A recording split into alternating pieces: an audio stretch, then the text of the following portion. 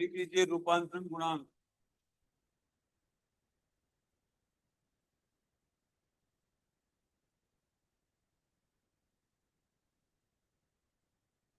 Study कीजिए रूपांतरण गुणांक।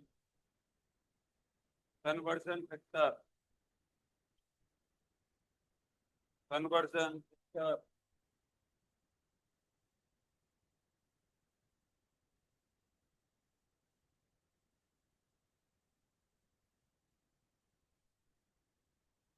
ये किसी भौतिक राशि को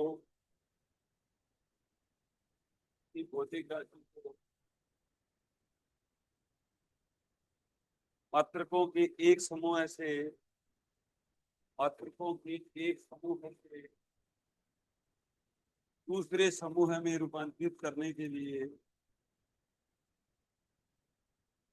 दूसरे समूह में रूपांतरित करने के लिए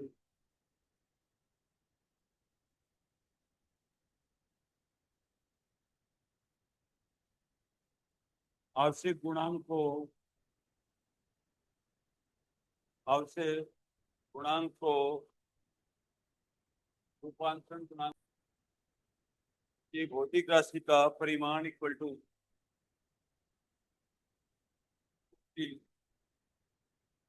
का परिमाण इक्वल टू आंकिक मान इंटू मात्रक।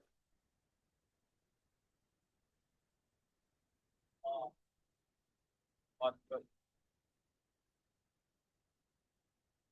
N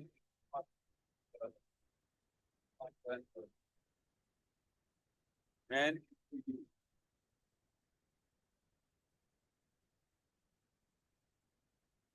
to convert a physical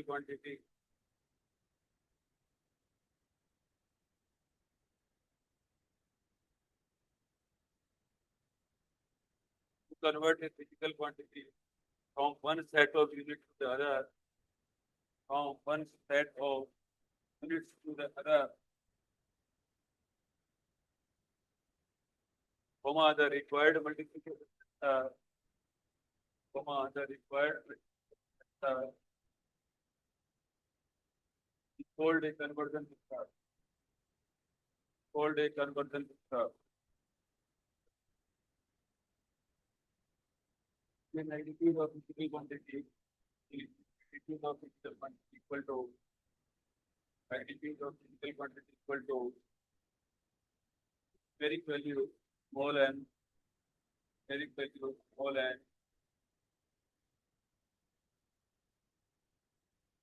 into unit that is equal to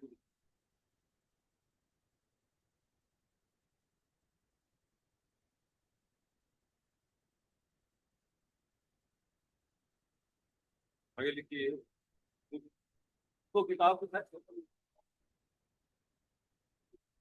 तो एक बार मैं थोड़ी आपको लिखा रहा हूँ तो ध्यान से किताब बंद कर दो आपको लिखूंगा। अभी दो तीन कॉपी बहुत ही अच्छे होती है। ठीक है इसको प्लीज सिखाऊंगा आप चलो। मात्र अनडाइवर्ट होता तो अच्छा नहीं। ये मात्रकों की एक सतह है। मात्रकों की एक सतह से मात्रकों के दूसरे समूह में रूपांतरण करते समय दूसरे समूह में रूपांतरण करते समय भौतिक राशि का परिमाण नियत रहना चाहिए।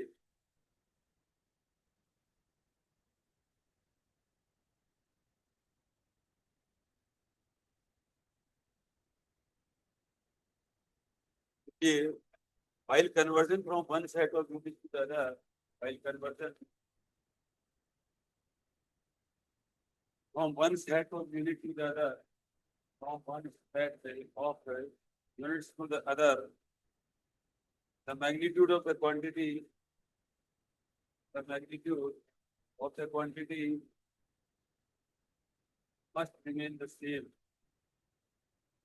Must remain the same. N1 U1 equal to N2.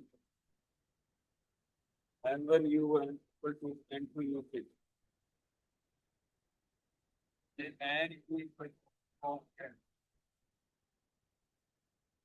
N U equal to constant और एन वन अपॉन एन तो वन अपॉन यू।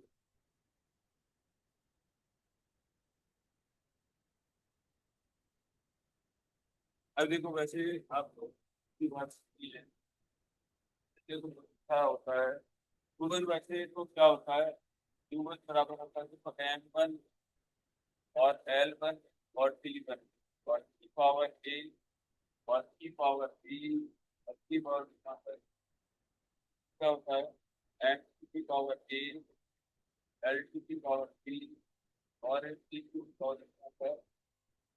अब जैसे सपोज करो मुझे समझ तो गए कि ठीक है ए बी सी समझ गए, बी अभी आया नहीं है, लेकिन मैं एक सवाल करके बता देता हूँ तो से टी का वैल्यू 9.8 मीटर पर सेकंड स्क्वायर है ना, के अंदर होता है एम जी एस और पी जी एस का होता है और तो असली आगे सेंटीमीटर अपॉन सेकंड, ये सॉल्यूशन आप पाते हैं।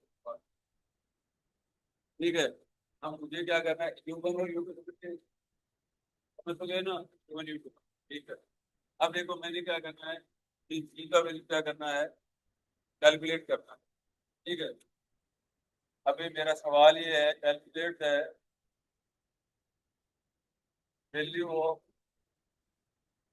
एन टू, मुझे मतलब एक तरीके से ये कैलकुलेट करना है एन टू का वैल्यू कैलकुलेट करना है इसको कर लूँ। ठीक है, बहुत सिंपल सा होता है देखो एन वन यू वन और बराबर जो भी आपको दिया हुआ आएगा ना वो आप ऐसा लिखो N one U one N two U लिखोगे। लिखने के बाद क्या करना है आपको इसका सपोज करो मुझे वैल्यू पता है एन वन का वैल्यू पता है, मुझे एन टू का वैल्यू निकालना।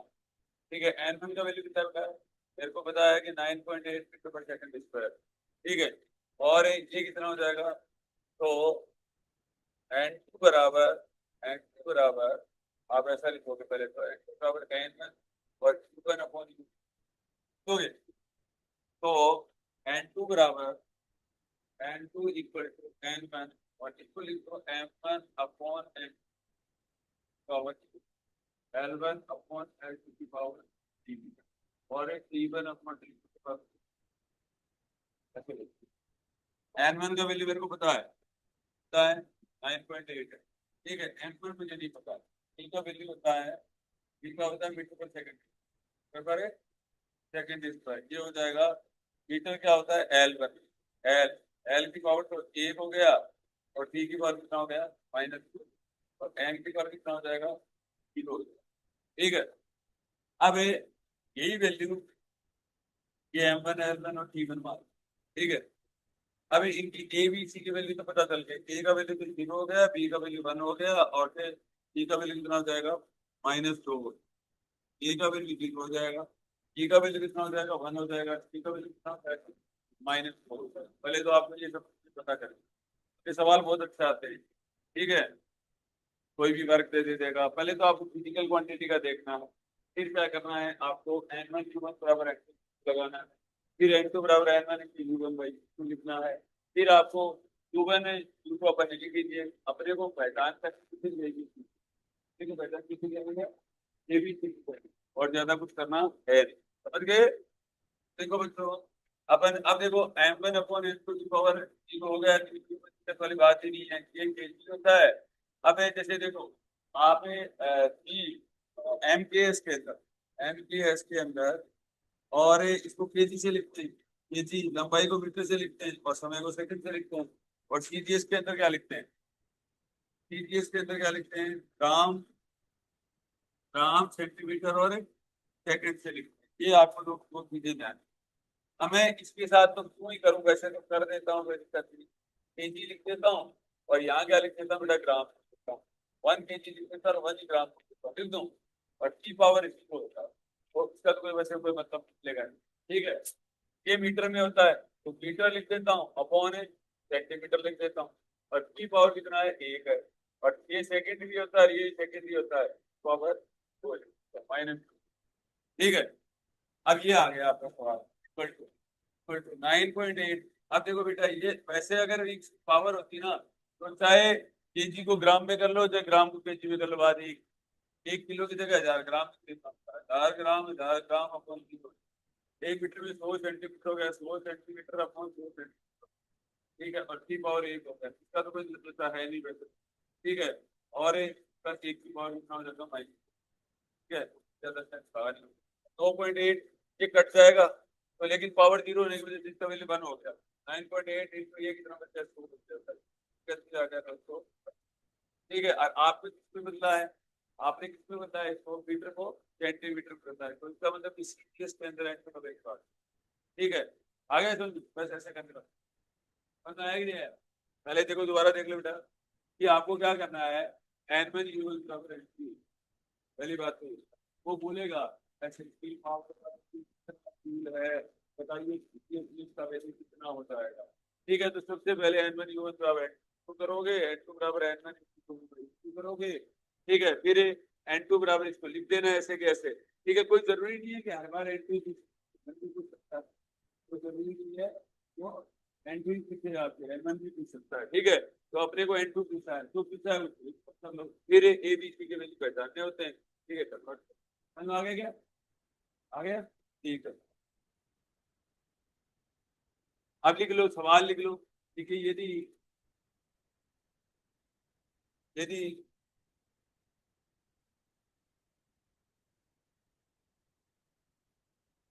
गुरुत्वाकर्षण त्वरण का मान एमकेएस के अंदर, गुरुत्वाकर्षण त्वरण का मान 9.8 मीटर पर सेकंड स्क्वायर, 9.8 मीटर पर सेकंड, 9.8 मीटर पर सेकंड स्क्वायर क्लियर है, हो गया एमकेएस, ठीक है ना, तो देखो 9.8 मीटर पर सेकंड स्क्वायर है, तो ईटीएस में की का मान बताइए, ईटीएस में की का मान बताइए, ये gravitational constant, gravitational acceleration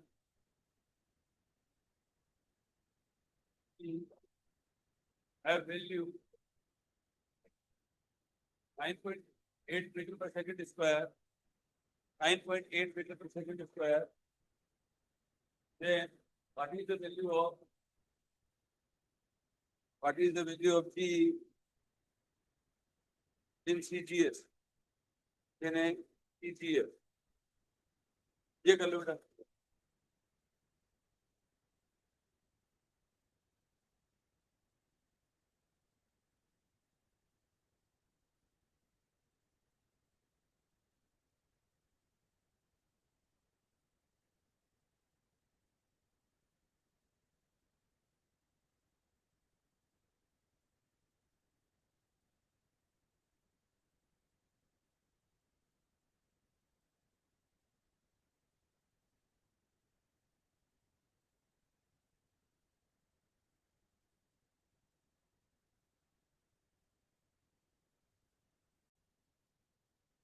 MKS पद्धति के दूसरे नियतांक का मान, एमकेएस पद्धति के नियतांक का मान, value of fixed constant which was changed in MKS system, MKS पद्धति के नियतांक का मान 6.67 11 6.67 11 newton into metre square upon KG square, newton into metre square upon KG square, the value of vegetable and 15 and 7 is changed to form 11 newton into metre square upon KG, what will be its value here, TTS पद्धति में इसका मान क्या होगा,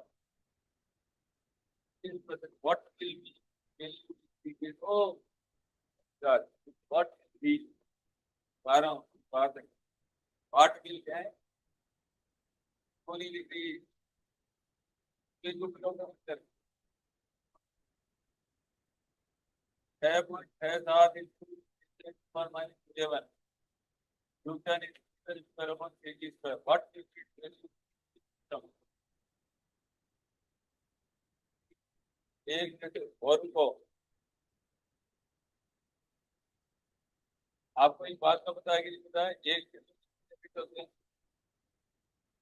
3.2 feet. ठीक है, एक और काम करना था कर सकते हो।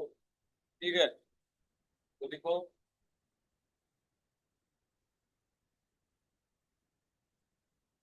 गुरुत्व के कारण कण, गुरुत्व के कारण कण, दूसरा सवाल नंबर 2, गुरुत्व के कारण कण 9.8 मीटर पर सेकंड स्क्वायर है तो 9.8 मीटर पर सेकंड स्क्वायर है तो फीट प्रति सेकंड स्क्वायर इसका मान ज्ञात करो। फीट प्रति second,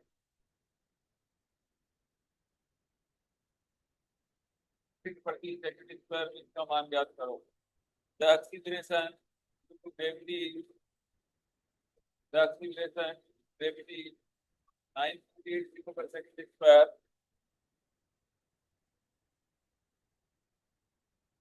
give its value is, give its value is feet per second square, feet per second square।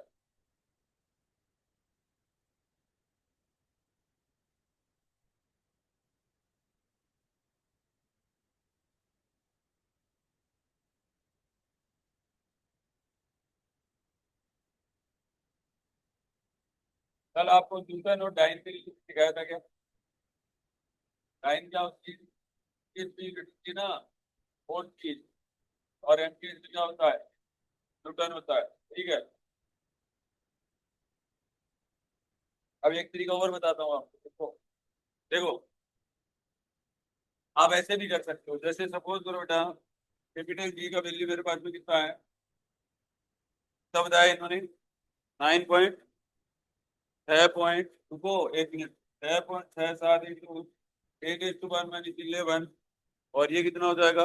Newton into metre square upon KG square. इधर देखो, इधर newton into metre upon KG square, पहली बात। ठीक है, दूसरी बात ये है कि न्यूटन को भी बदल लो आप।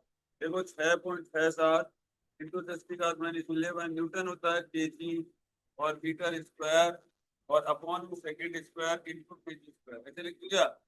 मीटर की जगह वैल्यू पुट कर दिया, केजी मीटर पर सेकेंड स्क्वायर लिख दिया। इधर देखो आप, 6.67 इंटू 10⁻11 केजी से केजी कट जाएगा। अब ये metre square upon second square into KG cut जाएगा, ओके है ना? अब देखो यहाँ पर लिख रहा हूँ मैं, बराबर का साइन 6.67 इंटू, उसके बाद मैंने 11 को पढ़ा, रहने दो आप।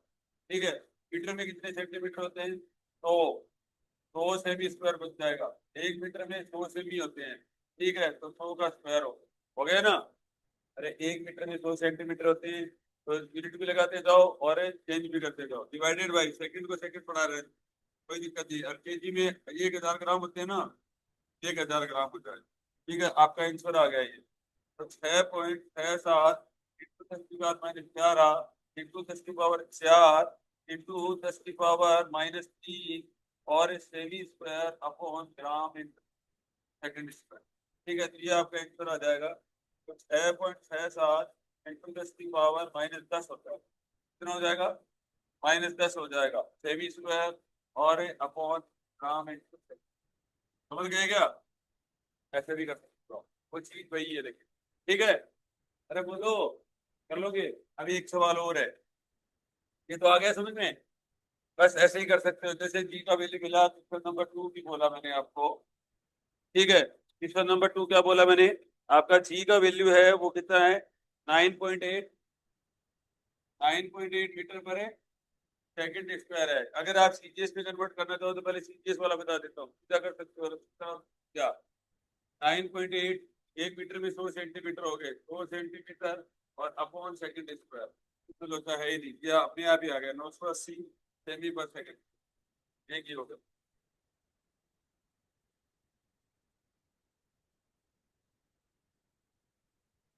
क्या न्यूटन,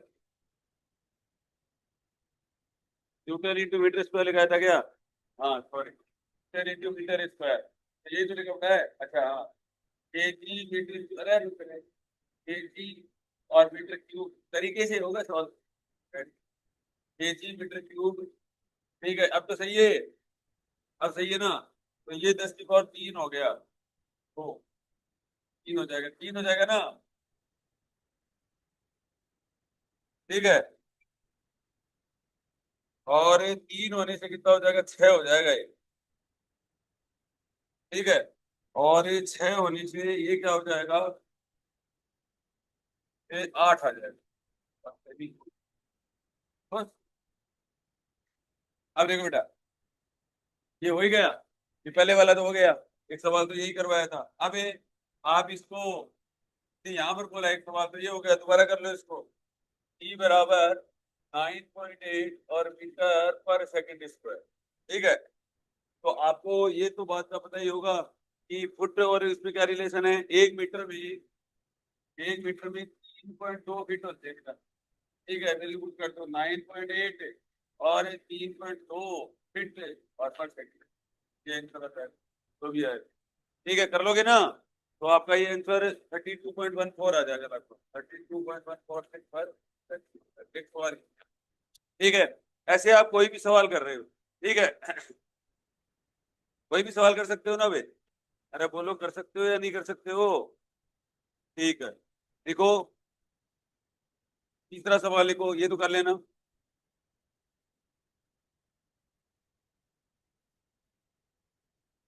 एक न्यूटन को,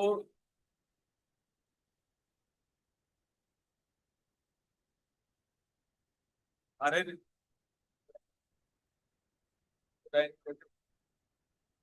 ठीक है, वो ऊपर वाला जो तरीका था, ऊपर वाले तरीके इस वाले तरीके से आता है, ऐसे तो कोई डिफरेंस नहीं है। लेकिन कई बार न्यूटन और डाइन तो कितना तरह आता है ना, एम एच की पावर देखनी पड़ेगी, वो देखनी पड़ेगी। ठीक है, तो इतना ही अंतर है, और अगर पहले से किसी पता है तो कोई दिक्कत नहीं। बस आगे मेरी बात, अब जैसे मैं आपको ऐसे बोल रहा हूँ, एक सवाल सुनो मेरी बात, अगर तुम बस देखे एक न्यूटन को, मैंने ऐसे बोलता, मैं नहीं बस बोल रहा, एक न्यूटन को डाइन क्या कैसे होता है। अब देखो न्यूटन और डाइन के अंदर आपको एम एच पावर पता होनी चाहिए, एम एच क्या होती है, पावर पता होनी चाहिए, तो के ऊपर वाला तरीका है। अगर आप पावर का लोचा नहीं होना तो वहां डायरेक्ट कर सकते हो। ठीक है, और थोड़े दिनों में आप पावर भी पता चल जाएगी ना, तो भी कर सकते हो डायरेक्ट, बस बात। ठीक है, और यह एक तरीका सिंपल है कि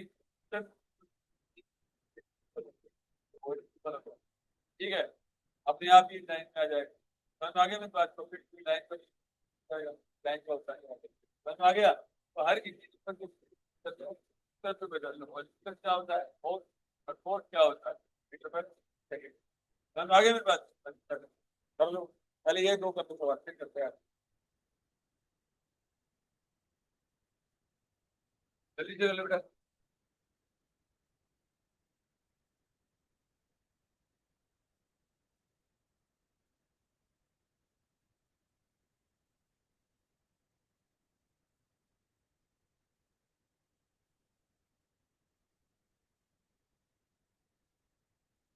जल्दी करो।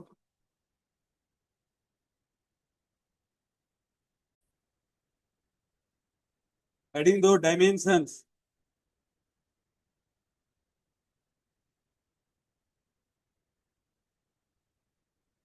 विमाइन, एडिंग दो विमाइन।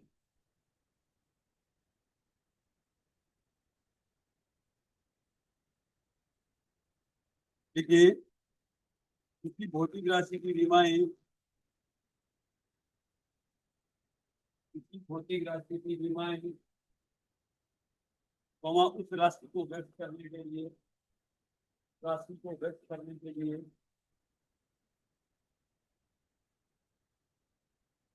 मूल राशियों पर लगाई जाने वाली, मूल राशियों पर लगाई जाने वाली शर्तें होती हैं। देखिए, dimension of a physical quantity, dimension of a physical quantity are the powers, are the powers और एक्सपोनेंट्स, और exponents bracket 1 to which the base quantity, to which the base quantity are raised to, are raised to represent that quantity, represent that quantity। समझ गए क्या? ये ऐसे कह रहा है कि कोई भी फिजिकल क्वांटिटी है, पहली बात तो MLT जो कि क्या है, फंडामेंटल फिजिकल क्वांटिटीज है, बेस क्वांटिटीज है, और कुछ फिगर लगाई जाने वाली शर्तें होती हैं, ठीक है, उनको अपन क्या कहते हैं, बीमाई करते हैं। हेडिंग 2 डायमेंशन फॉर्मूला, ये सूत्र, हेडिंग 2 ये सूत्र,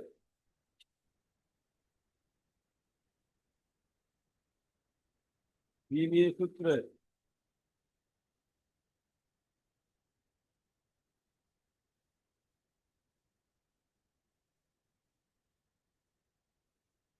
देखिए बीबीए सूत्र किसी भौतिक राशि का बीबीए सूत्र है, किसी भौतिक राशि का बीबीए सूत्र वह व्यंजक होता है, कॉमा, तो उस राशि में, तो उस राशि में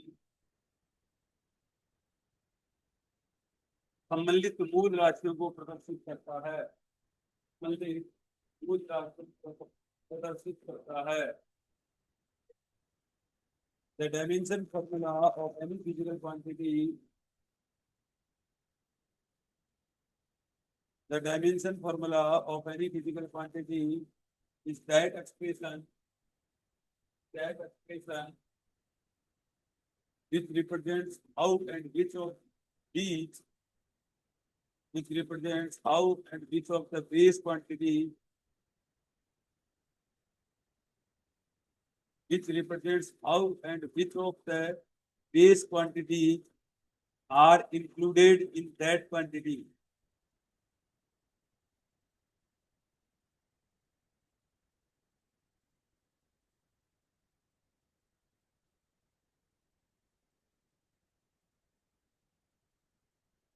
ये इसे एक वर्ग कोष्ठक में, एक वर्ग कोष्ठक में, एक वर्ग कोष्ठक में मूल राशियों के चिन्हों को लिखकर, मूल राशियों के चिन्हों को लिखकर व्यक्त किया जाता है। It is written by enclosing the symbols, enclosing the symbols for base quantities, for base quantities with appropriate powers, with appropriate powers in the square bracket, the square bracket। देखिए जैसे बल का विमीय सूत्र है, जैसे बल का विमीय सूत्र है M1 L2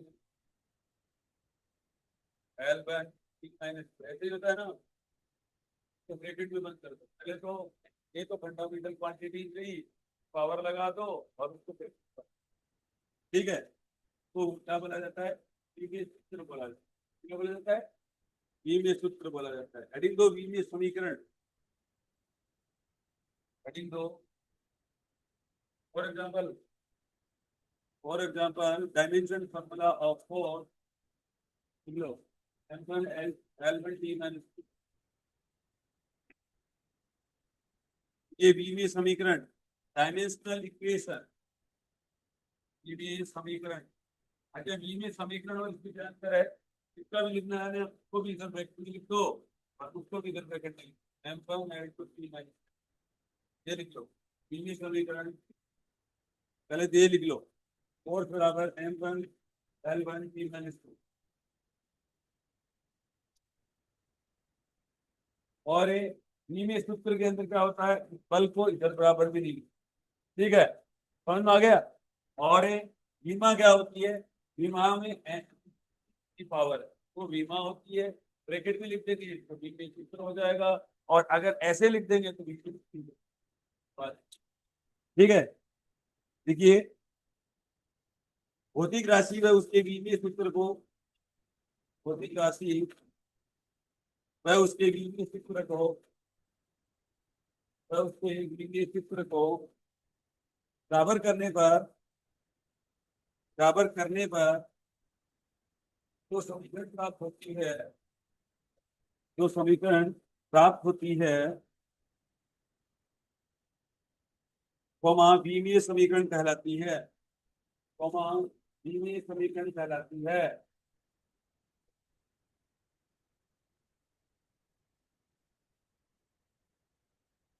समझे?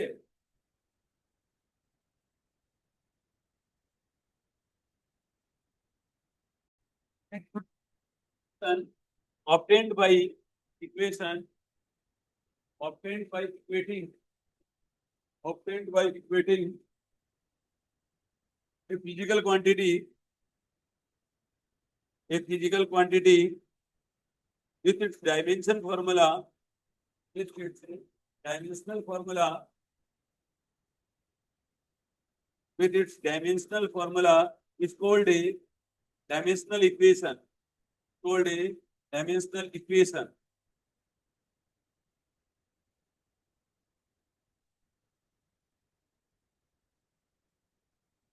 ठीक है?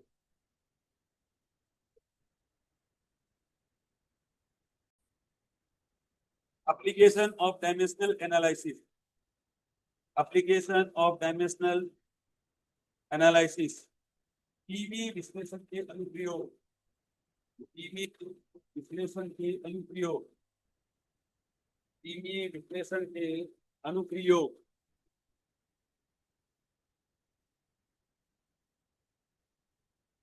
पीवी विश्लेषण के अनुप्रयोग। पहला लिखिए, किसी भौतिक राशि को, किसी भौतिक राशि को एक मात्रक पद्धति से दूसरी पद्धति में बदलने के लिए,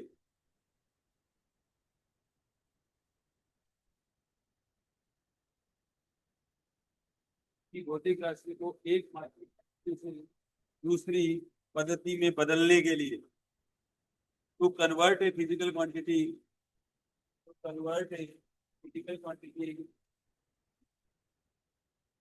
to convert a physical quantity from one system of units to the other, from one system of units to the other,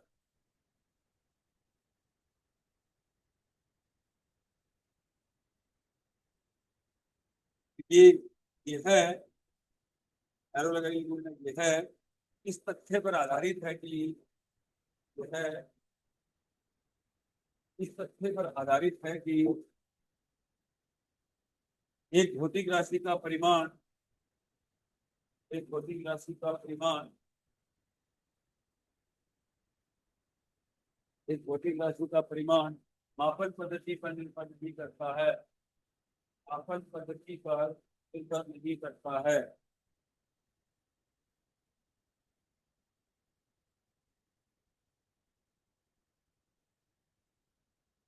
This is based on the fact that, based on the fact that magnitude of a physical quantity, magnitude of a physical quantity remains same whatever system is used, whatever system is used,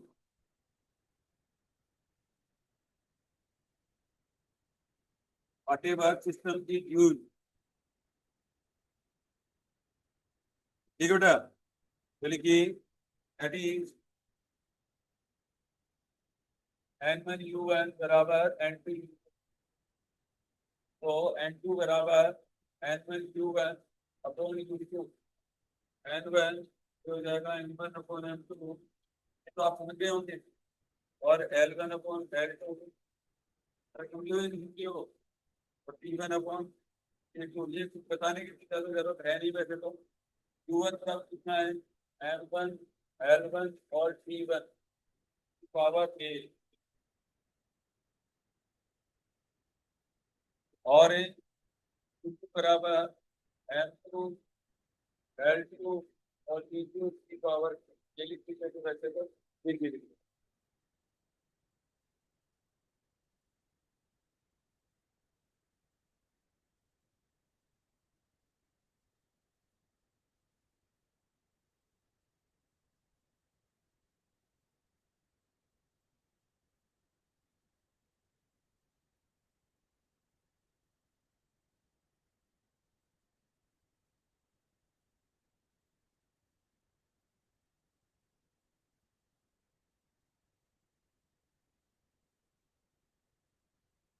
लिखिए दूसरा point, क्योंकि किसी दिए हुए भौतिक संबंध की द्वितीय सत्यता को जांचने के लिए, कि दिए हुए भौतिक संबंध की दिए हुए भौतिक संबंध की द्वितीय सत्यता को जांचने के लिए, द्वितीय सत्यता को जांचने के लिए,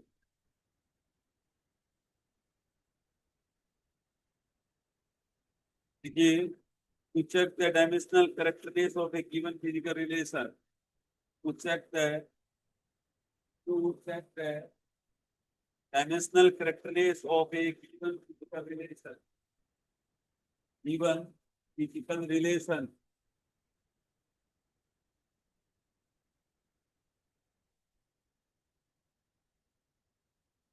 अरे लगा के लिखिए, यह एक दिए हुए संबंध में, यदि एक दिए हुए संबंध में, यदि एक दिए हुए संबंध में समान दोनों पक्षों के पदों की विमाएं समान हो तो, दोनों पक्षों की दोनों पक्षों के पदों की विमाएं समान हो तो यह संबंध सीमित रूप से सही होगा, यह संबंध सीमित रूप से सही होगा, क्योंकि एक दिए हुए संबंध बिल्कुल सही आ रहे हैं,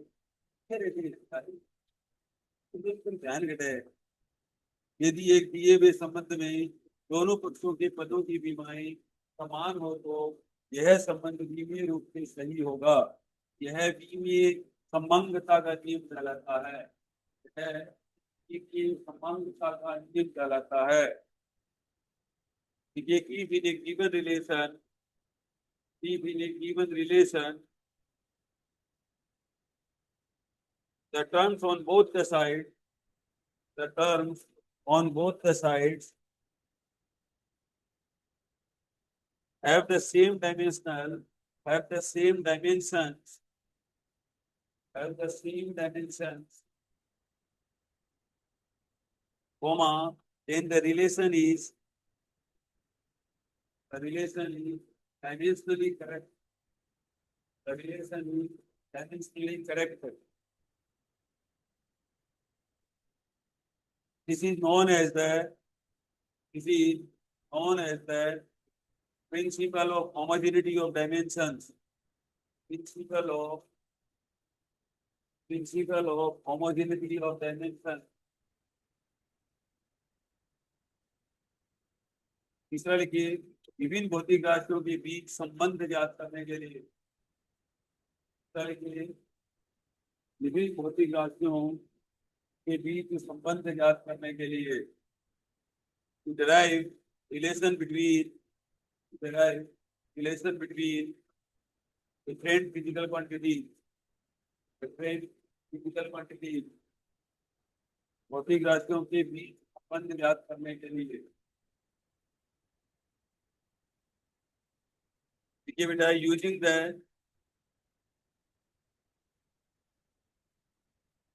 एरो लगा के लिखिए, बीमीय समांगता के नियम का उपयोग कर, एरो लगा के लिखिए, बीमीय समांगता के नियम का उपयोग कर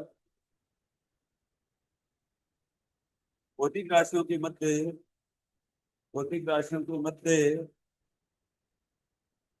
नए संबंध ज्ञात किए जा सकते हैं, नए संबंध ज्ञात किए जा सकते हैं,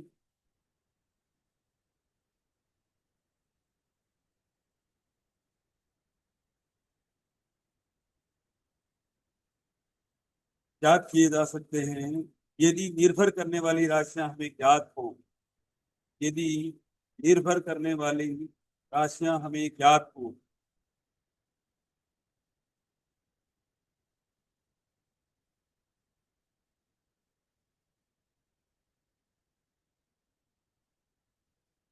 ठीक है, इंग्लिश में लिखिए, to derive the relationship between ability using the same principle of homogeneity, using the same principle of homogeneity, using the same principle of homogeneity of dimensions, Q relation among physical quantity, among the physical quantity and derived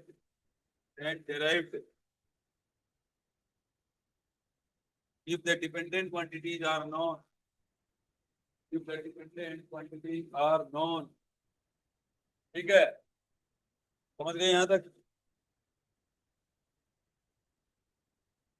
देखो ये और बल बराबर F बराबर M E, अपन लिखेंगे ऐसे, देखो बार बार, तो केजी और मीटर और सेकंड स्क्वायर, ठीक है, और इक्वल टू फिर लिखूंगा M1 L1 और, ठीक है।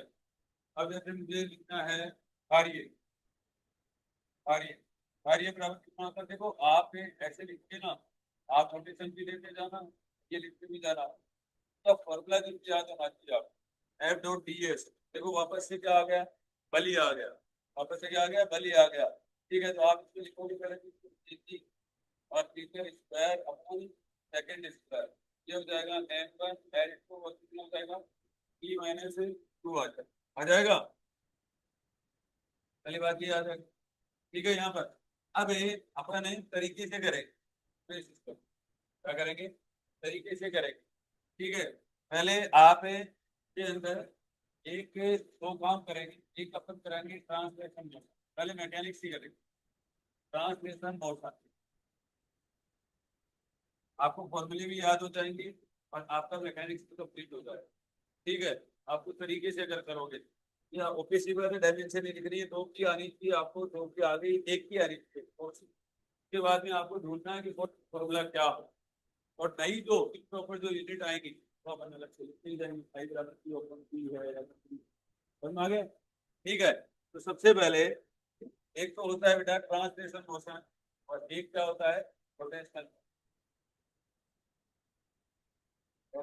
मोशन, ये पूरी मैकेनिक्स है।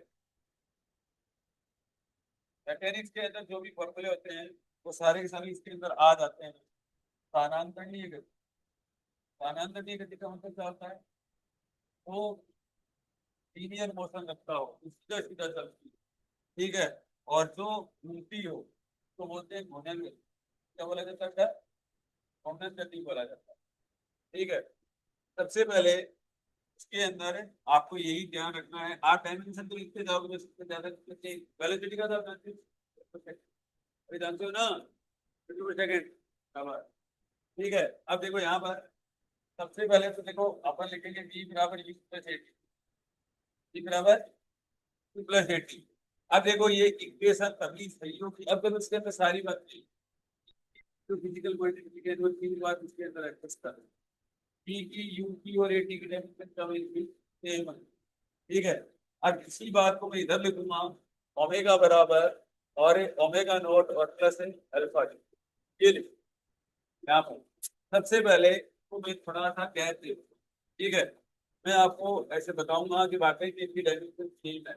अब देखो अगर मैं इसकी वेलोसिटी की लिखूं तो मीटर पर सेकंड होता है, क्या होता है, देखो मीटर पर सेकंड ऐसे ही लिखता हूँ बस, इक्वल टू सभी मीटर पर सेकंड होता है, ठीक है। और इसका कितना होता है, मीटर पर सेकंड स्क्वायर सेकंड होता है, ठीक है, ये वाला। अब देख लेते हैं आप, कोई भी इक्वेशन तभी डायमेंशन सही हो सकती है जब आप की वैल्यू बराबर समझ में आ गया। इसका मतलब क्या हुआ, इसका मतलब ये हुआ कि अगर आपको, अगर इनमें से तीनों में से कि एक का भी वैल्यू अगर बात पता है तो आपका काम चल जाए, ठीक है, अगर आपको इक्वेशन याद, ठीक है। अब यहाँ पर देखो ओमेगा, पहली बात तो आपको ये ध्यान रखना है कि ई क्या है। ई आपका क्या है, फाइनल वेलोसिटी। ये क्या होता है, फाइनल वेलोसिटी होता है, वेग है, अंतिम वेग। कैसा वेग है, अंतिम वेग। ठीक है, अंतिम वेग। अपने परंपरागत तरीका काम की नहीं करते थे। अपने को पूरी मैकेनिक्स आनी चाहिए, पूरी इजी आनी चाहिए, पूरी मैग्नेटिक फील्ड आना चाहिए। ठीक है, ये सब आने चाहिए, इसको रिलेट कर रहा हूँ। ठीक है, तब आपका डायमेंशन अपने आप ही पूरा हो जाए। ठीक है, ये अंतिम वेग है। तो ओमेगा क्या होता है बेटा, घूर्णन गति के अंतर क्या होता है। आपको उससे पहले क्या लगाना है, अंतिम बीच में कोणीय नाम लगा, क्या लगाना है, बीच के अंदर कोणीय घुसाना है। अंतिम कोणीय वेग क्या लिखोगे, अंतिम कोणीय वेग। ठीक है, अंतिम कोणीय वेग। ठीक है, और इन इंग्लिश में क्या लिखोगे, final angular velocity. Final angular velocity. Angular शब्द क्यों आया, आप बताओ क्यों, क्योंकि अपन कर ही क्या रहे हैं, रोटेशनल ये घुमाना पड़ेगा, ये क्या करना पड़ेगा, रोटेट करवाना पड़ेगा। ठीक है, रक्षिता इधर। ठीक है, तो क्योंकि, हाँ देखो बेटा, बी। अब आपको ये बात तो पता है, देखो बी का ये भी लिख देता हूँ, मीटर पर सेकंड होता है, क्या होता है, मीटर पर सेकंड होता है। तो ये क्या हो जाएगा, M0 L1 और T-, ये लिख सकते हो आप यहाँ पर। अब ओमेगा देखो बेटा, ओमेगा कल आपको पता ही था।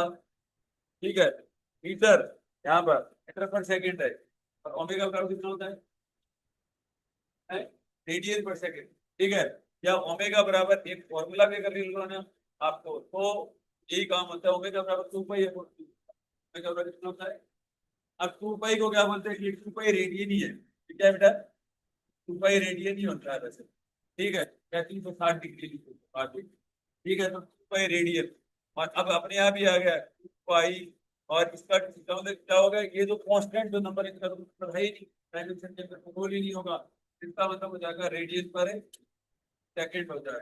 ठीक है, और इसको अपन क्या लिखते हैं, रेडियन को तो लिखते नहीं, डायमेंशन के अंदर इनको करते नहीं, कांस्टेंट पर एक तरीके से। ठीक है, M0 और L0, और ये कितना होता है, -1 होता है। 1 आ गया। डायमेंशन में जरूर अंतर है, ध्यान रखना, यहाँ L1 आता है, यहाँ L0 आता है, इसका मतलब कि डायमेंशनली बराबर हो जाएंगे, डायमेंशनली बराबर नहीं होती। समझ आ गया, तो मैंने क्या लिखा, ओमेगा बराबर 2 पाई रेडियन होता है, तो 2 पाई रेडियन पर सेकंड, रेडियन पर सेकंड डायमेंशन। ठीक है, एन की वैल्यू 30 - ठीक है। अब तो आपको पता ही हो गया, जब बी हो गया, आगे हो गया, तो इसका मतलब क्या हो गया, ई के बराबर क्या लिख सकते हो, ई के बराबर तो सीधा आता है, टू है, 80 है, सब बराबर है। अब ये इसी की डायमेंशन रखेंगे सारे के सारे। अब इसका मतलब कोई अगर आपको ऐसे कहते हैं कि भाई अल्फा डी की डायमेंशन क्या होगी, बताओ, ये री रेडियन पर सेकंड, ये डायमेंशन है, M0 L0 की डायमेंशन 1 है। समझ में आ गया नहीं आया, अभी अगर आपको ऐसे बोलते हैं कि अल्फा टी की डायमेंशन क्या होती है, ठीक, समझ में आ गया। इन चीजों में से किसी एक की सीमा आप कैलकुलेट कर लो, ठीक है, किसी एक की कर लो, तो सिंपल लगे वो कर लो, तो क्या लगे, सिंपल लगे उसकी कैलकुलेट कर लो, उसमें हो जाए। ठीक है बेटा, पहली बात तो यही है। ठीक है, अब इसका मतलब ये हो गया, सबकी डायमेंशन यही है। ठीक है, अल्फा टी की। अब लेकिन दिमाग में आता है कि पहले अलग से भी कर देते हैं, कोई दिक्कत नहीं है। कि क्यू हो गया बेटा, क्यू हो गया इनिशियल वेलोसिटी। क्यू क्या हो गया, इनिशियल वेलोसिटी। ये आपको पता है कि इक्वेशन उसको मोशन करेंगे। ठीक है, मोशन की स्ट्रेट लाइन है, लेकिन कोई गोल है इस इक्वेशन का है। ठीक है, ये गति के समीकरण, तो क्या है, गति के समीकरण है, ये प्रारंभिक वेग होते हैं। ये क्या हो गया, प्रारंभिक वेग। ठीक है, यहाँ क्या हो जाएगा, ओमेगा। आपको क्या लगाना है, प्रारंभिक कोणीय, क्या लगाना है, प्रारंभिक कोणीय वेग लगाना है, कोणीय वेग। ठीक है, equal angular velocity, equal angular velocity, equal angular velocity, ये हो गया अगला काम। ठीक है, ये हो ही गया। अब एक हो गया आपका, ये क्या है, ये बेटा त्वरण है। ये क्या है, त्वरण है, जिसको अपन क्या बोलते हैं, एक्सीलरेशन। एक्सीलरेशन इंग्लिश में एक्सीलरेशन हो गया। और यहाँ क्या है, अल्फा, ये सेम ही होते हैं, एंगुलर एक्सीलरेशन। क्या होता है, एंगुलर एक्सीलरेशन। ठीक है, क्या वो बोलते हैं, कोणीय त्वरण, क्या बोला जाता है, कोणीय त्वरण। अब आपको अगर है ये एक बात तो हो गई, आपको समझ में आ गया? ऐसे तो आ गया ना।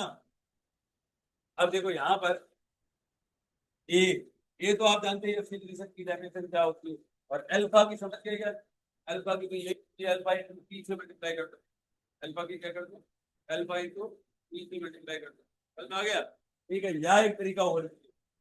अब देखो यहाँ पर एक तरीका और बताओ। यहाँ पर किसी बच्चे को अगर समझ में नहीं आया ना कि यार मेरे को सिर्फ अल्फा की वैल्यू दिखती है, ठीक है, तो ये देखो यहाँ पर एक काम कर सकते हो, मैं ब्रैकेट में लिख दूंगा इस पे, ओमेगा बराबर ओमेगा नॉट और प्लस अल्फा। अब जैसे सपोज करो बेटा आप या तो ओमेगा की जानते हो या ओमेगा नॉट की जानते हो, तो निकालना बहुत आसान होता है। implies that क्या implies that अल्फा टी बराबर अल्फा टी इक्वल टू, में ओमेगा लिख देता हूँ, अल्फा टी बराबर क्या लिख देता हूँ, ओमेगा लिख देता हूँ, तो इसका मतलब मुझे अल्फा की डायमेंशन आ जाएगी।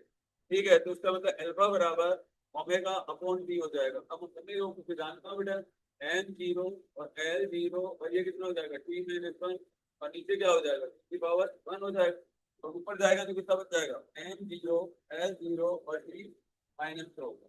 बताओ कैसा लगा? ठीक है, समझ में आ गया मेरी बात? आया कि नहीं आया?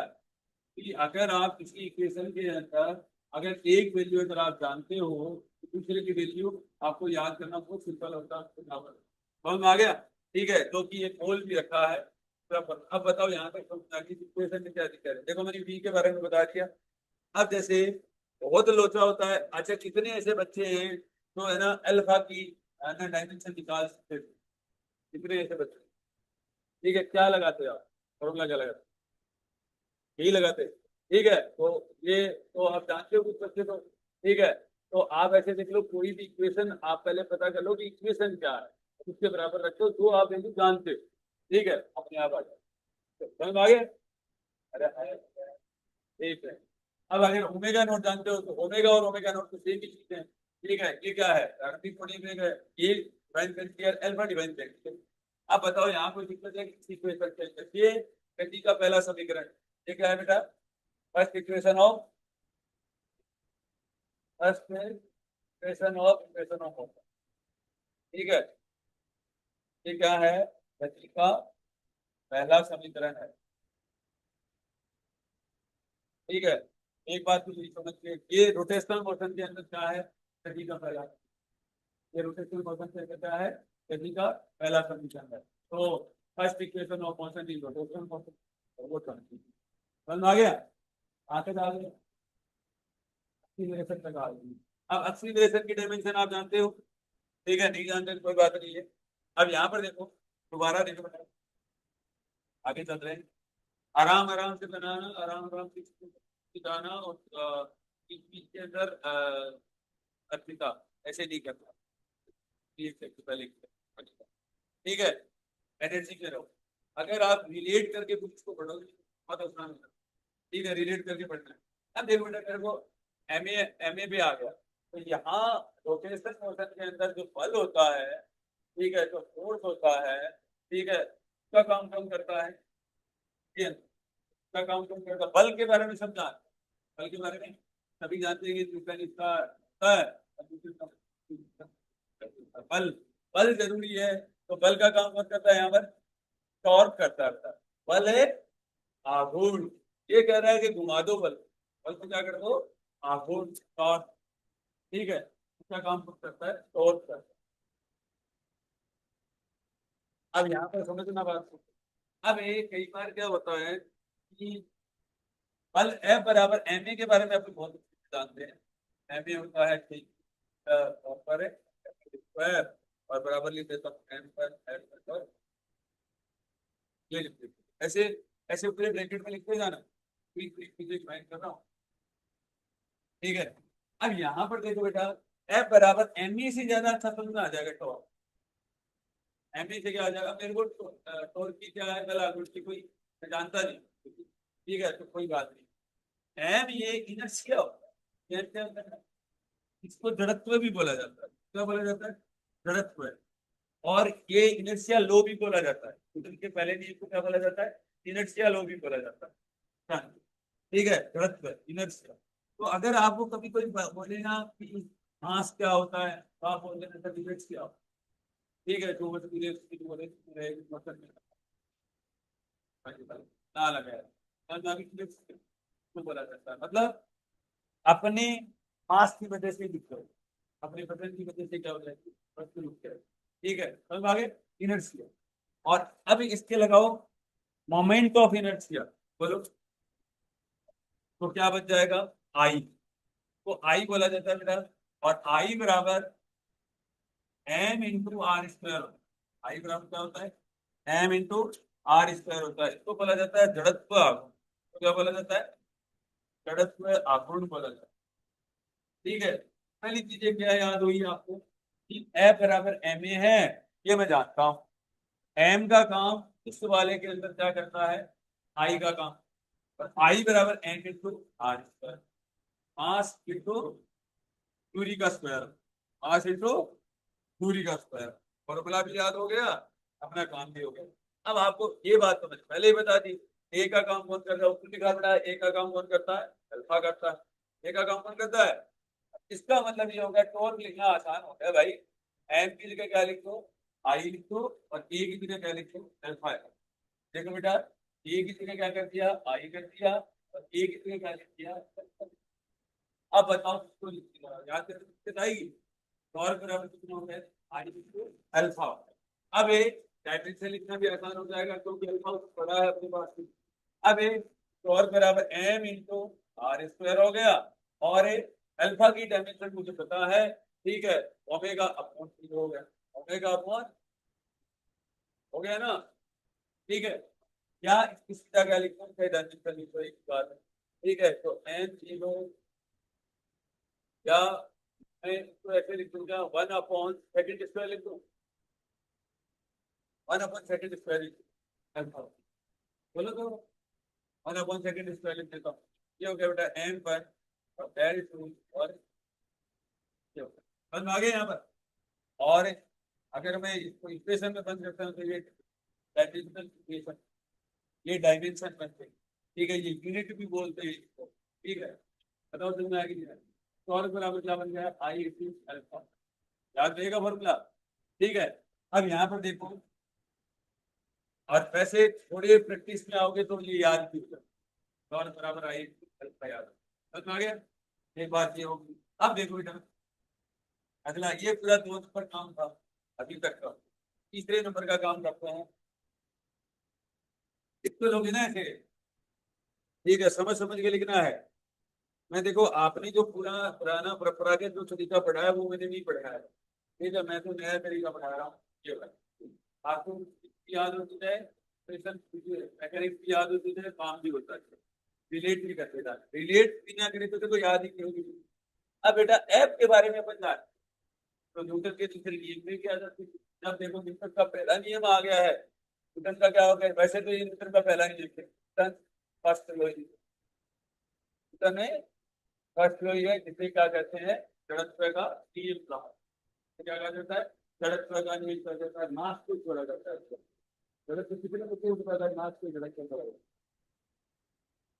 ठीक है, मास को भी जड़त्व देते हैं, समझा है, अपनी वजन की वजह से किसी भी, ठीक है, इसी को जड़त्व बोला। ठीक है, और एक क्या होता है, उसको घुमा दो, सांस को घुमा दो, जड़त्व मोमेंट होती है।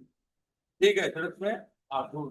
ठीक है, अगला देखो बेटा, अब भाई न्यूटन का दूसरा नियम भी लिख दो, न्यूटन इनको भी लिख देते हैं।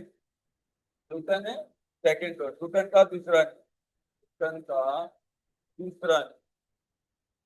अब आप है ना, मतलब पॉइंट टू पॉइंट चलोगे ना, एक चीज देखो, मैं लिखूंगा बेटा एफ बराबर D C upon D T, तो पता है एफ बराबर D C upon D T. ठीक है, चेंज इन मोमेंट, परिवर्तन बराबर क्या कहलाता है, बल कहलाता है। ठीक है, चेंज इन मोमेंटम, एफ बराबर D C upon D T. अब एफ का काम कौन करेगा बताओ, यहाँ पर करेगा टॉर्क, और ये एक नया नाम आ गया अब मार्केट में, संवेग। क्या आ गया बेटा, संवेग आ गया। संवेग ई बराबर एम जी होता है, ई बराबर क्या होता है, एम जी होता है। ठीक है, अब एम के बारे में आप जानते हो। अब ये जो संवेग होता है, जहां पी का काम कौन करेगा, और ये संवेग, जहां पी का काम कौन करेगा, कोणीय संवेग करेगा। Angular momentum. ठीक है, कौन करेगा? एंगुलर मोमेंटम करेगा। Angular momentum. एंगुलर मोमेंटम क्या होता है बेटा? ए या एल से। एल। एल बराबर, अब आपको पहले बताया था, एम का काम कौन करता है? आई। और वी का काम कौन करता है? ओमेगा। एल बराबर आई ओमेगा। नया फॉर्मूला बन गया। एम की जगह अपन लिखा आई लिखा, वी की जगह अपन लिखा ओमेगा लिखा। वी क्या है? Angle velocity. ओमेगा क्या है? एंगुलर। चले, एंगुलर वेलोसिटी। टॉर्क। अब बताओ, इसका मतलब ये क्या हो जाएगा? ये वाला मतलब ये क्या बच जाएगा? ये वाला क्वांटिटी। क्यों? ई का काम कौन कर रहा है? एल कर रहा है, तो डी क्वांटिटी बराबर टॉर्क पर आउटपुट होता है। ठीक है, समझ में आ गया? आई कि नहीं ये बात? अब दिमाग में यही आता है बात। फिर इसका अपन वो भी लिख दें, क्या नाम है, तो ये कितना हो जाएगा? M into R square. ठीक है, आर इंटू और 1/2 ऐसे ही तो लिख दो। तो ये हो जाएगा बेटा M1 S2 और P1। ये तो लिखो है ओमेगा बराबर, हाँ, 1/2। ठीक है, 1/2 कर दिया होगा। अब यहाँ पर ये तो या तो वैल्यू पुट कर दो, और अब क्या बच जाएगा कि dl/dt तो ये रहा, और इसके अंदर t तो बढ़ाना है, तो m1 और s2, और ये कितना हो जाएगा? t-1 डिवाइडेड बाई t की पावर 1 होता है, हो जाएगा ना? ये आ जाएगा m1 l2 और t-, अब आगे इससे क्या बन गया आपका? फोर्स का फॉर्मूला भी आ गया। अब तो ये तो आप फोर्स को आप जानते ही हो, फोर्स तो वही है। अब देखो, फोर्स का वैल्यू भी वही होगा, और डीपीए को टीटी का वैल्यू भी।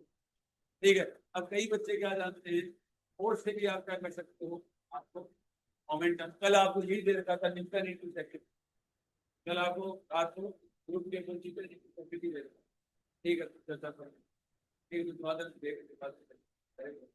ठीक है। ठीक है, वहां तक चलने की बात। ठीक है, इतनी तो परेशान मत हुआ करो। इतनी परेशान होते हैं टाइम जवाब होता है। अगर आपको कोई नहीं आता फिर ठीक है ना, ज्यादा परेशान नहीं करते। एक घंटे ठीक है, अब देखो बेटा, ये देखो, ये तो गजब की बात है भाई। अगली बात देखो, अब तो बहुत ही गजब की बात है। देखो, टीपी बराबर F × टी। ये चीज क्या है आप पता है? इस पर आवेग, टीपी को बोला जाता है चेंज इन मोमेंटम। ठीक है, संवेग में परिवर्तन। देखो बेटा, संवेग में परिवर्तन और बराबर आवेग, और बराबर F × dt को। समझ में आया कि नहीं आया बताओ? अरे कहीं पर भी आपको फॉर्मूला कोई नया याद करना ही नहीं पड़ता। अगर आप डेट तो गड़बड़ है मतलब, ताकि आपको याद करने की जरूरत ही नहीं है, दी गई फॉर्मूले इधर उधर इधर उधर बता रहा है। ठीक है, बस लाइन मत छोड़ना। अब संवेग में परिवर्तन भी क्या कहलाता है? आवेग कहलाता है। संवेग में परिवर्तन ही क्या कहलाता है? इम्पल्स बोलते हैं। Change in momentum equal to impulse in in momentum equal to. अब ये आपने कभी देखा है क्या? F × टी देखा है कभी? कभी जीवन में F × टी देखा? इम्पल्स का रोल देखा है? कहाँ देखा? मैं नहीं, ऐसा व्यक्तिगत जीवन में कोई एग्जाम्पल देखा है आपने? युवराज सिंह का नाम जानते हैं? युवराज सिंह, हाँ, क्रिकेटर है। अच्छा, अभिषेक शर्मा का नाम? अच्छा, अभिषेक शर्मा। ठीक है। अच्छा, क्रिकेट देखिए तो, ठीक है, तो क्रिकेट देखिए देखिए, मान लो। ठीक है, तो जैसे कई लोगों जैसे कि बात के बारे में जानते हैं, या अभिषेक शर्मा के बारे में जानते हैं, या दूसरे जो परिवार का जो क्रिकेट होता है, उसके कम बड़ी सोसाइटी का, तो वो लंबे सारे ऐसे ही। ठीक है, उसका कारण क्या होता है? उसका हाई ब्रैकेट, मतलब वो ऊपर से पकड़ते हैं, जैसे यहाँ से ऊपर से ऊपर तक पहली बात, लंबे बल पहले से होते ही हैं। ठीक है, दूसरी बात क्या होता है? बैट के साथ इतनी ज्यादा कांटेक्ट, इतनी लंबी दूर तक बहुत ही कम टाइम के लिए अगर बॉल टच में आई ना, दैट्स इट। तो लंबा कितना है, इसी को बोला जाता है एफ इंटू पी टी। तो वो लगाएगा, ठीक है, टच में आया, टाइम पी तक आया, तो वो लंबा जा रहा है। आगे उसी को इम्पल्स बोला जाता है, उसी को क्या बोला जाता है, इम्पल्स बोला जाता है। आगे मेरी बात को, ठीक है, इसी को टाइमिंग भी बोलती है, इसी को क्रिकेटर की भाषा में क्या बोला जाता है, टाइमिंग बोला जाता है। टाइमिंग बहुत परफेक्ट, ठीक है, टाइम करते हैं बोर्ड को, सही टाइम पर सही सही जगह पोस्ट लगाते हैं, पर्टिकुलर एंगल के ऊपर क्या लगाते हैं, पोस्ट लगाते हैं, ठीक है, तो लंबा जाएगा, खेल है, ठीक है जी, ठीक है, सचिन तेंदुलकर है, ठीक है, आपने देखा होगा, ठीक है, समझ आगे मेरी बात, तो यही चीज है, तो टाइमर बोलते हैं किसी भाषा में, कुछ पता लगता है आगे एक गलत।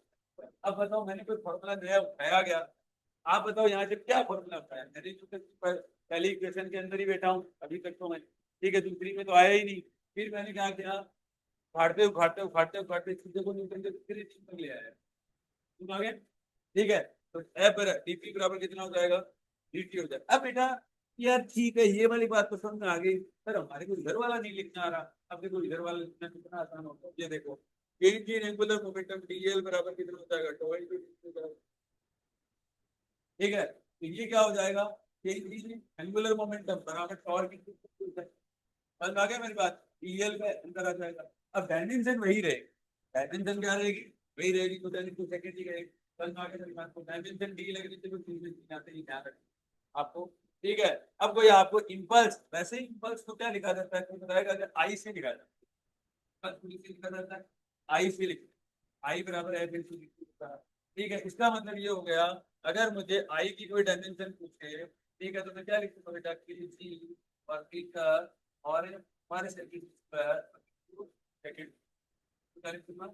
सेकंड ये लिख दो, ठीक है, तो मेरे पास इम्पल्स की डायमेंशन आ जाएगी, ध्यान है, तो ये आ जाएगा M1 और L1 और T1, ये इम्पल्स की आ गई, आवेग की आ गई, डायमेंशन आ गई, आवेग की आ गई, हम आगे यहाँ पर बताओ, समझ में आया कि नहीं है, ये इम्पल्स की आ गई। इधर से कुछ ज्यादा कुछ लिखने की जरूरत नहीं है, अभी तक ठीक है मामला, काम का तो वो निकाल ले ताकि पढ़ा रहे, कोई दिक्कत नहीं, ठीक है। टीएल आपका आई वेक्टर इंटू बी टेक्नोलॉजी आप जानते हो, इसका कोई ज्यादा लिखने की जरूरत है नहीं, वैसे व्यक्ति के जीवन में कम काम का है, ठीक है। अब बताओ यहाँ तक समझ में आया कि नहीं आया, ई बराबर एम जी आ गया, ई बराबर एम जी आ गया, कोणीय मोमेंटम आ गया। अब मोस्ट ऑफ जो फॉर्मूले यूज होते हैं ना, वो यही फॉर्मूले यूज होते हैं मैकेनिक्स के, ठीक है, आपको पता होगा। अब अपन गति के क्या हो जाएगा, दूसरे समीकरण में हो रहा था, थोड़ा सा और कर ले, ठीक है बेटा, देखो यहाँ पर गति का दूसरा समीकरण, ठीक है, second equation of motion, second equation of गति का, ये आपको बता कितनी ऐसे बच्चे रोटेशनल मोशन से बहुत लगता है, ट्रांसलेशन किसी कर लेते हैं, ट्रांसलेशन कर लेते हैं,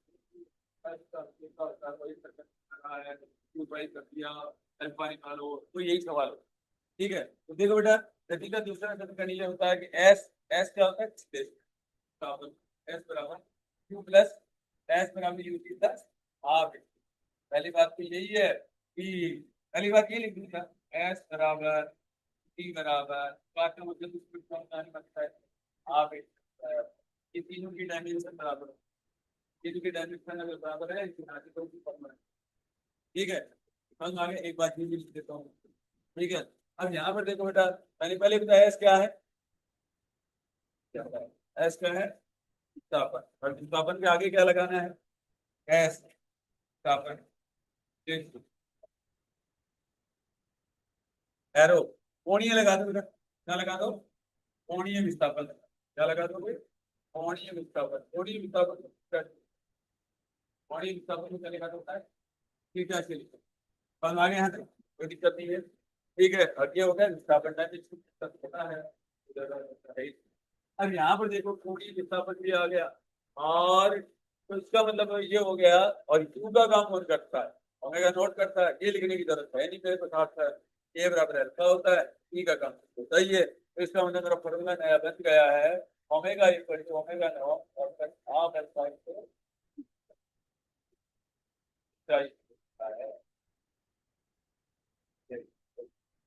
हाँ, थीटा बराबर ओमेगा। अब देखो बच्चों, आपको कई बार थीटा या ओमेगा नोट की दिक्कत होती है, ठीक है। यहाँ देखो, थीटा और ओमेगा नोट में बड़ी दिक्कत होती है। ये भी लिख देता हूँ बात यहाँ पर लाइन पे, थीटा बराबर और ओमेगा नोट बराबर और equal to half alpha into. अब बताओ किस फॉर्मूले से कोई सा फंक्शन है जो आपको पता है। अब ये कई कई बार जो आप पढ़ रहे हैं करते आपके दिमाग में आता है यार ओमेगा नोट कैसे निकलेगा। तो थीटा जानते हो तो ओमेगा नोट लगा दो, और ओमेगा नोट जानते हो तो थीटा के लिए, ठीक है।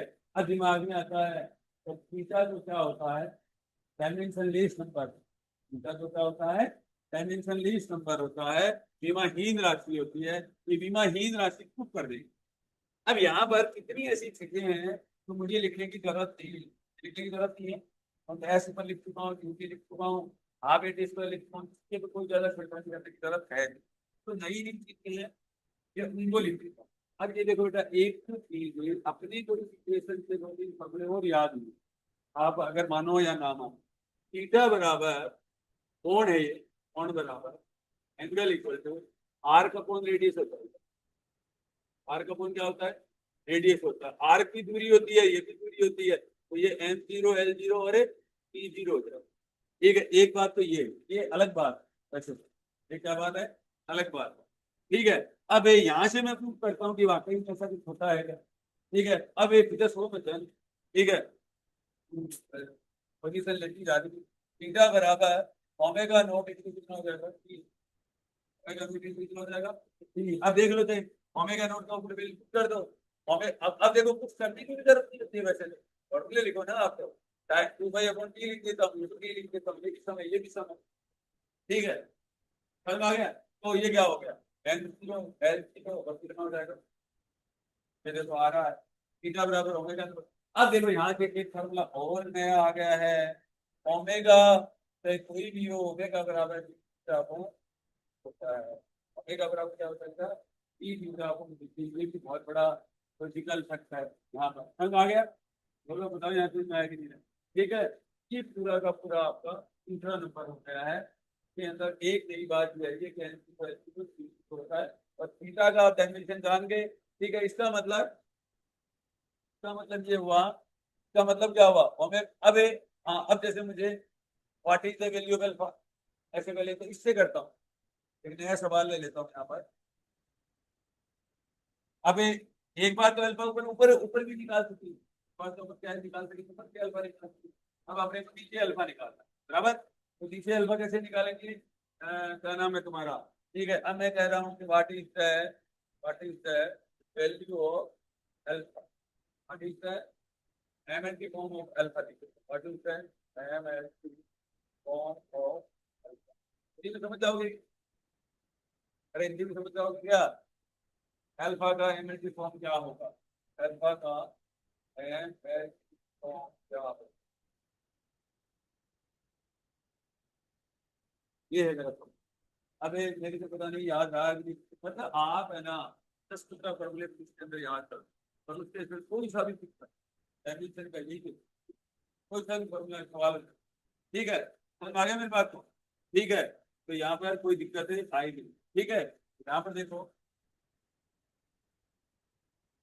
ये कितना हो जाएगा, एम एल की फॉर्म, अल्फा का एम एल की फॉर्म क्या होगा। देखो बेटा यहाँ से देखो, मैं एक तो थीटा के बारे में जानता हूँ पहली बात तो, और मैं बाकी के बारे में नहीं जानता।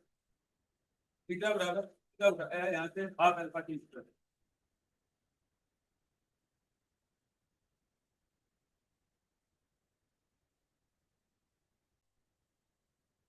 अब देखो बेटा, ये जानते हो आप, ये करना तो बहुत ही आसान हो गया। ठीक है, अब जैसे कोई जरूरी नहीं होता है, देखो जैसे क्या है कि क्लास डिस्क्रिप्शन फॉर्म में अगर आप सवाल करते हो तो ये देखो ये ब्रेकिंग कैपिटल का क्या है, कॉम्पिटिटिव एग्जाम की तैयारी कर, ये माथा बड़ी करने की जरूरत नहीं है, अल्फा और हम कैलकुलेट सीधा सीधा पर ऐसे लिख लो, तो ये कितना हो जाएगा, एम जीरो और एल जीरो, और वाले से मैं इसका आगे नहीं करता। ठीक है, बस यहाँ पर आपको पूरी वो करने की जरूरत नहीं है, तो फिर ऐसे स्ट्रेट फॉरवर्ड जहाँ डायमेंशन है मैं जीरो है जीरो को लगा के इधर लिखोगे, ब्रैकेट कैंसिल की जरूरत नहीं है। ठीक है, डायमेंशन नहीं है तो उनका फुल आगे। तो थीटा भी हो गया है, हो गया ना थीटा। और अब यहाँ पर देखो, फिर आपको देखो, अगर ये इक्वेशन ऑफ मोशन अगर याद हो जाएगी तो आप अच्छा पता है इक्वेशन ऑफ मोशन के अंदर खास बात क्या होती है, कुछ बताएगा? खास बात क्या होती है? ए का कांस्टेंट होना जरूरी है, ए का और अल्फा का कांस्टेंट होना जरूरी है। अगर ए और अल्फा कांस्टेंट नहीं होंगे, ठीक है, तो ये कांस्टेंट आने वाले टाइम में कांस्टेंट का मतलब एफ का कांस्टेंट वैल्यू है, ये वेरिएबल यानी होना चाहिए वेरिएबल। आपने वेरिएबल कभी देखा है? एफ वेरिएबल कभी देखा है कि कहीं पर आपने एफ वेरिएबल देखा हो? दरअसल मैंने देखा है वेरिएबल देखा, मतलब फोर्स लगातार इन्वर्टिंग, तो लोकल लोकल ऐसे कोई यहाँ पर एफ लगातार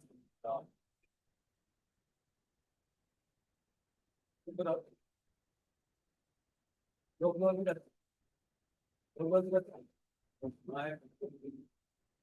बार बार नहीं दे सकती है ना, ऐसे ऐसे कभी किसी में आते हैं वो ड्राइवर कैसे बैठा,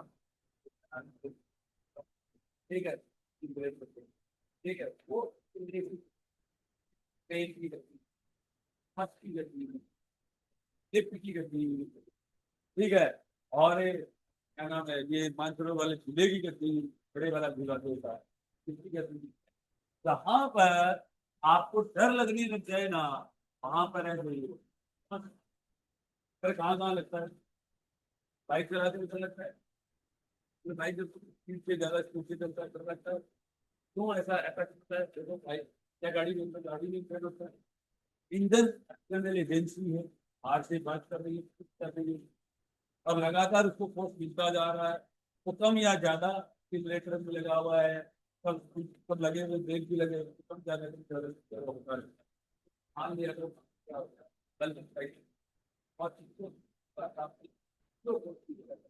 क्या बोला जाता है, सत्रम बल की बोलते हैं। जो बल लगता है, ठीक है, वाकई में नहीं लगता है, लगता हुआ प्रतीत होता है, किसकी वजह से? किसकी वजह से? त्वरित गति की वजह से, एक्सीलरेटेड मोशन की वजह से ऐसा। जैसे ट्रेन की बेटे आती हो, बाहर की ट्रेन को घूमते हुए दिखाई दे रहे हैं, क्या वाकई में घूम रहे हैं? नहीं घूम रहे, किसकी वजह से ऐसा हो रहा है? ट्रेन की त्वरित गति के कारण। हम आगे मेरी बात, प्लेटफॉर्म पे खड़े हुए आदमी को आपको बल है, जाने पेड़ पौधे ऐसे ही दिखाई देते हैं, जबकि ट्रेन में बैठे आदमी को बाहर पेड़ पौधे घूमते हुए दिखाई। प्लेटफॉर्म पे जो खड़ा आदमी है वो क्या है? वे एजेंसी की काम नहीं करे, रेस्ट में है, ठीक है, ऐसे उसको मुझे बल लग के जाते हैं, प्लेटफॉर्म दोनों घूम रहा है, घूम रहा है ना, और जो उसकी ट्रेन क्या रही चल रही है, तो दोनों में अंतर किसका हुआ? एक त्वरित गति का हुआ, एक का त्वरित गति नहीं है। एक के पास में क्या है? त्वरित गति नहीं है, एक के पास त्वरित गति है। आगे यहाँ तक इसका मतलब क्या हुआ? आपको एक जादुई बात बताओ, ठीक है, न्यूटन का जो नियम होता है ना, ठीक है, जहां पर त्वरित गति होगी ना वहां लगता नहीं है, आपको पता है क्या? न्यूटन की गति के नियम से दूसरे नियम से अगर जिस दिन पहला नियम ना आए ना, तो समझ जाना न्यूटन का नियम लगेगा नहीं। वो कुछ तरीके हैं लगाने के, ठीक है, जैसे आगे आएंगे अपना मोशन इक्वेशन और मोशन आएगा, समझ में आ गया?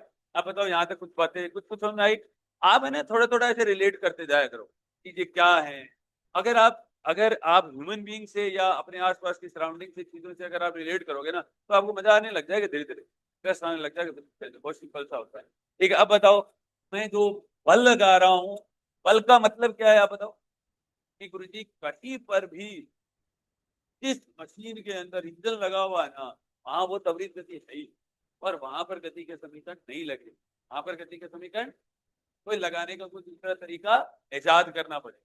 समझ में आगे मेरी बात को? लगेंगे नहीं। अब कोई बोले कि त्वरित गति क्या होता है, तो आप बता दें जिसके पास भी इंजन है ना, सबके पास भी त्वरित गति, और जिसके पास भी इंजन नहीं है ना, उसके पास भी त्वरित गति नहीं है, वहां पर चित्र का समाधान कर कोई दिक्कत वाली बात होती है।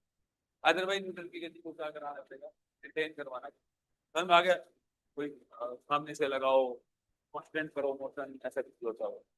बताओ त्वरित गति कहाँ कहाँ है? बताओ त्वरित गति कहाँ होती है? अच्छा, इसको त्वरित गति को ऐसा भी क्या बोला जाता है? क्या बोला जाता है? नॉन इनर्शियल फ्रेम बोला जाता है। क्या बोला जाता है? नॉन इनर्शियल फ्रेम भी बोला जाता है। तो अब आपको कोई आने वाले टाइम में बोले कि बेटा एजडत्वीय फ्रेम का कोई उदाहरण देना, बोल एजडत्वीय फ्रेम का उदाहरण बोल माँ। ट्रेन बोलो, जोर से बोलो, ट्रेन की गति, बस की गति, ठीक है, जहां कहीं पर भी इंजन लगा है सबकी गति, बोलो जहां कहीं पर भी इंजन लगा है सबकी गति, या जहां कहीं पर भी डर लगे सारी गति।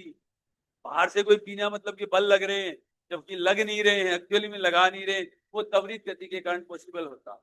तो त्वरित गति का दूसरा नाम क्या है? एफ का वेरिएबल होना, एफ का परिवर्तित होना। और एफ का दूसरा नाम क्या है? एम ए, एक्सीलरेशन की, त्वरण की। समझ में आ गया मेरी बात? अब बताओ क्या बात होती है एज एड स्पीड गति का। अब जैसे एक बात बताओ, पृथ्वी की गति एज एड स्पीड है, जड़त्वीय तो बराबर है। पृथ्वी की गति एज एड स्पीड है, जड़त्वीय है, कैसे?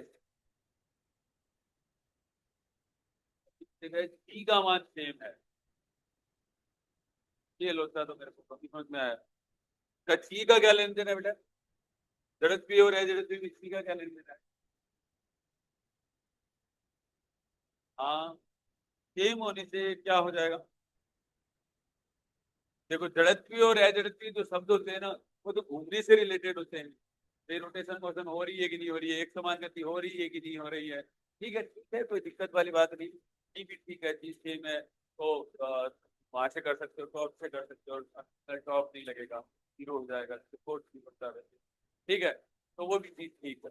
हाँ, लेकिन ऐसे समझो कि आप चलते हो, ऐसे समझना, मतलब लोकल भाषा में समझो, चलते हो तो कोई ऐसे ऐसे बिना मतलब कि धक्के लग रहे हैं, आप गिरते गिरते पड़ गए, ठीक है, चलते चलते घूम रहे हो, ऐसा कुछ हुआ है? तो इसका मतलब क्या हुआ है? अर्थ घूम तो रही है, कोई डाउट नहीं है, हर चमकती चीजें होना नहीं होती, हर घूमने वाली चीज के पास में एक्सीलरेशन या टॉर्क होना कोई जरूरी नहीं है। लेकिन क्या हो रहा है, अर्थ अपनी घूमने की वजह से क्या नहीं कर पा रही है? टॉर्क डेवलप नहीं कर पा रही, धीरे धीरे घूमती है। क्या करती है? धीरे धीरे धीरे धीरे धीरे धीरे घूमती है। इससे क्या होता है? इससे टॉर्क डेवलप नहीं होता है, ठीक है। इसका मतलब क्या है? इसके पास में मतलब फास्ट एक्सीलरेशन नहीं है, या कोणीय त्वरण नहीं है इसके पास, तो वो रोटेट नहीं कर पा रही है, वो क्या नहीं है, डेवलप नहीं कर पाती। अदरवाइज तो सब घूमते ही दिखते, ऐसे दिखते ही नहीं दिखते। समझ आगे मेरी बात को? तो इसका मतलब ऐप का बार बार बदलना जरूरी होता है, ऐप का बार बार क्या होना है? बदलना जरूरी होता है। समझ आ गया? वो होती है कवरेज। समझ आ गया? ठीक है, ये भी ठीक है, लेकिन लोकल भाषा में बोल सकते हो। मैं तो क्या कह रहा हूँ, सीधी बात सकते हो, अनवांटेड कोई इफेक्ट डेवलप नहीं हो, कोई भी मोशन के, कोई भी मोशन के क्या नहीं होने चाहिए, अनवांटेड इफेक्ट चीजें डेवलप होंगे ना, तो सारे के सारे अनवांटेड इफेक्ट का मतलब ये होता है, जैसे आपने कभी देखा होगा लिफ्ट के अंदर, लिफ्ट के अंदर क्या होता है, ऊपर या नीचे जाते हो क्या होता है? आपका एक बार ऊपर जाने पर वजन आपका क्या हो जाता है, बढ़ जाता है, नीचे आने पर एक आपको लगता है कि वजन घट जाता है, तो अनवांटेड इफेक्ट डेवलप हुए। क्या वाकई में ऐसा होता है? नहीं तो उसको लिफ्ट में उठा देंगे, ठीक है, वजन बढ़ता ही है तो ऊपर ही जाती रहना भाई, ठीक है, ऊपर से जैसे ही नीचे बिठा देंगे इसको, ठीक है, और फिर नीचे गोद में ले आएंगे, ठीक है, फिर वापस से बिठा देंगे, फिर वजन बढ़ जाएगा, फिर वापस से गोद में ले आएंगे, फिर वापस से बिठा देंगे, फिर वजन बढ़ जाएगा। ऐसा ही होता है, तुमने मुस्कुरा सकते हो, मुस्कुराया करो तुम थोड़ा। हाँ शाबाश, देखिए, हाँ, पहली बार मुस्कुराया, हाँ, चलना है मेरी बात। पढ़ते टाइम मुस्कुराना चाहिए, मुस्कुराया करो, ऐसे ऐसे नहीं है मुस्कुराते क्या नाम, थर्ड एक्सप्रेशन ऑफ मोशन, गति का तीसरा शब्द का तीसरा शब्द। क्या होता है बेटा? टी स्क्वायर बराबर U square plus two A N. ये तो आपको सही क्या हो जाएगा बताओ? Omega square equal to omega naught square plus two alpha into beta. ठीक है, अब देखो, वापस से आ जाएगा भाई सीधे फॉर्मूले। आप देखो, omega square equal to two alpha theta लिख सकता हूँ, ओमेगा स्क्वायर बराबर कितना लिख सकता हूँ? टू अल्फा थीटा, जो निकालना है वो निकाल लीजिए, ओमेगा बराबर रूट अल्फा थीटा हो जाएगा, और omega square dimensionally omega naught square के बराबर, ठीक है, आपको यहाँ से भी हो जाएगा। वैसे तो ये प्रिंसिपल हो गया, ठीक है, आगे ना बात समझ में? तो अब अल्फा का अपन ने निकाल लिया, थीटा का अपन ने निकाल लिया, ओमेगा का निकाल दिया, ओमेगा नॉट का निकाल दिया, एस का निकाल लीजिए, ए का। और एस क्या है? डिस्प्लेसमेंट। थीटा क्या है? ए क्या है? त्वरण। अल्फा क्या है? कोणीय त्वरण। डी क्या है? अंतिम वेग। ओमेगा क्या है? अंतिम कोणीय वेग। क्यू क्या है? प्रारंभिक वेग। ओमेगा नोट क्या है? प्रारंभिक कोणीय वेग। समझ में आ गया मेरी बात? ठीक है, यहाँ पे इतनी वन लाइन मामले में यही किया। ठीक है, ये वन लाइन करवा। ये अगर आप लास्ट में याद कर लोगे ज्यादा बढ़िया रहेगा। मैंने तो कुछ नहीं लिखा था, मैंने तो कुछ कुछ बातें लिखी थी। गति के समीकरण लिखे थे मैंने, तो बीटा बाई टू प्लस लिखा, और बीटा बराबर सॉरी एस बराबर प्लस हाफ एक्स स्क्वायर लिखा। ठीक है, और स्क्वायर बराबर प्लस बी एक्स, ओमेगा बराबर omega naught plus alpha into beta लिखा। ठीक है, बीटा बराबर ओमेगा नॉट और plus half alpha into B square लिखा, और ओमेगा स्क्वायर बराबर omega naught square plus 2 alpha into beta. ठीक है, एफ बराबर एम ए लिखा, एफ बराबर एम ए लिखा, और टॉर्क बराबर आई इंटू अल्फा। एम का काम कौन करेगा? आई करेगा। ठीक है, ए का काम कौन करेगा? अल्फा करेगा। समझ में आ गया? यहाँ पर एफ बराबर अगला क्या लिखा था? एफ बराबर टी अपॉन लिखा था। यहाँ पर क्या हो जाएगा बेटा? टॉर्क बराबर T L upon I T हो जाएगा। ई बराबर कितना हो जाएगा? एम टी हो जाएगा। ठीक है, और एल बराबर कितना हो जाएगा? आई इंटू ओमेगा हो जाएगा। यही तो काम किया था बस। ठीक है, ये काम किए थे मैंने, ये पे समझाया हुआ है। बाकी अब कितनी अपने डायमेंशन की देखो, एक फोर्स की लिखी, टॉर्क की लिखी, आई की लिखी, अल्फा की लिखी, एक्सीलरेशन की लिखी, एस की लिखी, थीटा की लिखी, और कुछ अपन ने नए नए फॉर्मूले निकाले इम्पल्स का आता। ठीक है, और एक इम्पल्स आई बराबर क्या होता है बेटा? एफ एक्स लिख सकते हो, तो आई बराबर आई एक्स हो जाएगा। इधर वाले में क्या हो जाएगा? टॉर्क। ठीक है, और एक चीज मोमेंटम डीसी बोलते हैं, और फोर्स बोला जाता है, बोला जाता है तो चेंज इन मोमेंटम बना सकता है। आगे भी बहुत सारे सवाल आते हैं। समझ में आ गया? कर लोगे? कर लो।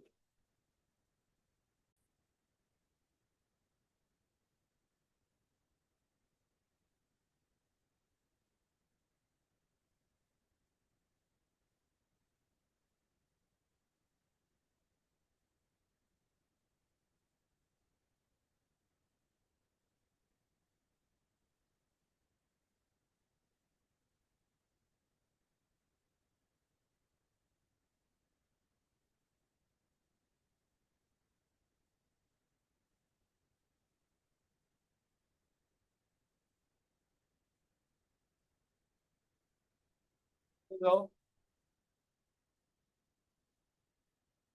ठीक है,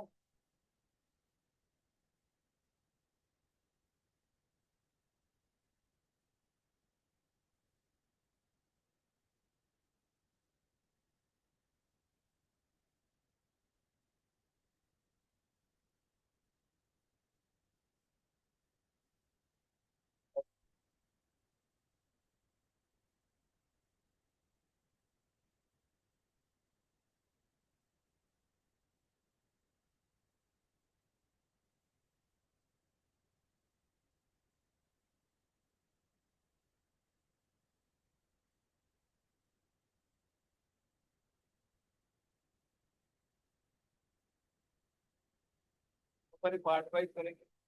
सेकंड क्या है थोड़ा सा, अगर एक बार ये करेंगे